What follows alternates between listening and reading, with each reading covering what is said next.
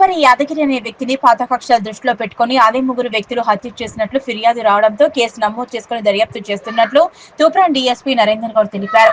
చిన్నశంకరంపేట మండలం సాలిపేట గ్రామంలో ఉప్పరి యాదగిరి అనే వ్యక్తిని పాత కక్షల దృష్టిలో పెట్టుకుని సాలిపేట గ్రామానికి చెందిన ఉప్పరి రాములు శ్యామ్ ఎల్లంలో హత్య చేసినట్లు మృతుడి బంధువులు ఫిర్యాదు చేయడంతో విషయం తెలుసుకున్న పోలీసులు Toopran DSP Narender Goud, Ramampet CI Venkat Rajagoud, Chinnashankarampet SI Narayana గౌడ్లు సంఘటనా స్థలానికి చేరుకుని క్లూస్ టీమ్ ఆధారంగా వివరాలు సేకరించారు. అనంతరం మృతదేహాన్ని పోస్టుమార్టం నిమిత్తం మెదక్ ఆసుపత్రికి తరలించారు.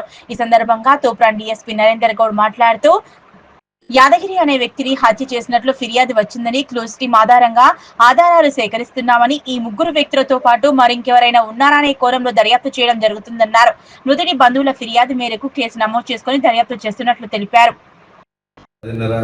ప్రాంతంలో శంకరపేట మండలము షాలిపేట గ్రామానికి చెందిన ఉప్పరి యాదగిరి వయసు ఒక 40 సంవత్సరాలు ఉంటాయి, 46 సంవత్సరాలు వ్యక్తిని పాత కక్షలు దృష్టిలో పెట్టుకొని, పాత పగలు దృష్టిలో పెట్టుకొని ముగ్గురు వ్యక్తులు హత్య చేసినారని చెప్పేసి మాకు కంప్లైంట్ వచ్చింది.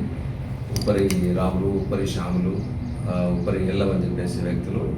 ఈ కంప్లైంట్ మేము అంటే సిఐ వెంకటరాజం గారు, తర్వాత అదే ఎస్ఐ నారాయణ గారు అందరం కూడా సీన్ విజిట్ చేయడం జరిగింది.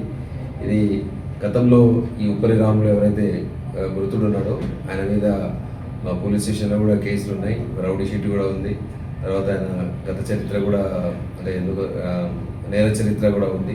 చాలామందితోటి ఏంటంటే ఈ గొడవలు ఉన్నాయి. ఆ గొడవల్ని దృష్టిలో పెట్టుకొని ఈ ముగ్గురు వ్యక్తులు చేసినారని చెప్పేసి మాకు అంటే ఈ కంప్లైంట్ వచ్చింది. దాంట్లో కూడా మేము పూర్తి స్థాయి విచారణ చేసి దీంట్లో చేస్తాము. ప్రస్తుతం అయితే శవాన్ని పోస్ట్ మార్టంకి పంపించడం జరిగింది. సీను అక్కడ ఆధారాలు ఉన్నవన్నీ పరిశీలించేదాకా రాళ్ళతో మోది అతన్ని మృతుడిని అంటే తల మీద బలమైన గాయాలు చేయడం ద్వారా అతను చనిపోవడం జరిగింది. సో దీంట్లో ఇంకా వీరి వెనుక ఇంకెవరైనా ఉన్నారా, తర్వాత ఇంకా పూర్తి హత్యకు సంబంధించిన అసలైన కారణాలు ఏమున్నాయని చెప్పేసి పూర్తి విచారణలు అవి చేయడం జరుగుతుంది. ఆ పనిలో మేమంతా ఉన్నాము. దీనికి మిగతా వివరాలు ఏమైనా ఉంటే తర్వాత కూడా మీకు షేర్ చేయడం జరుగుతుంది. Thank you.